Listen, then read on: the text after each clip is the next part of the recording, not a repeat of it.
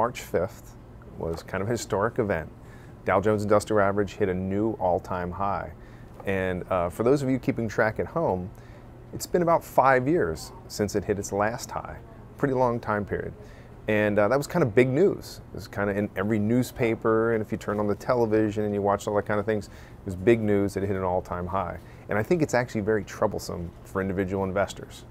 And here's why. I think the kind of next logical conclusion is, now I got to get out because it's going to go down. And there were a lot of follow-up stories around that, kind of saying, hey, now's the time to get out.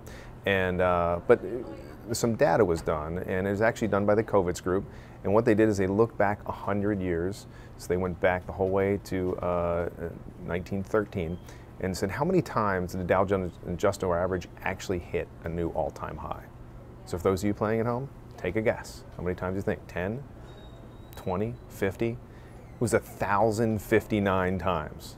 So it happens almost 10 times a year. Almost every month it hits a new all-time high. It's almost a certainty that the Dow Jones Industrial Average is going to hit an all-time high about every month.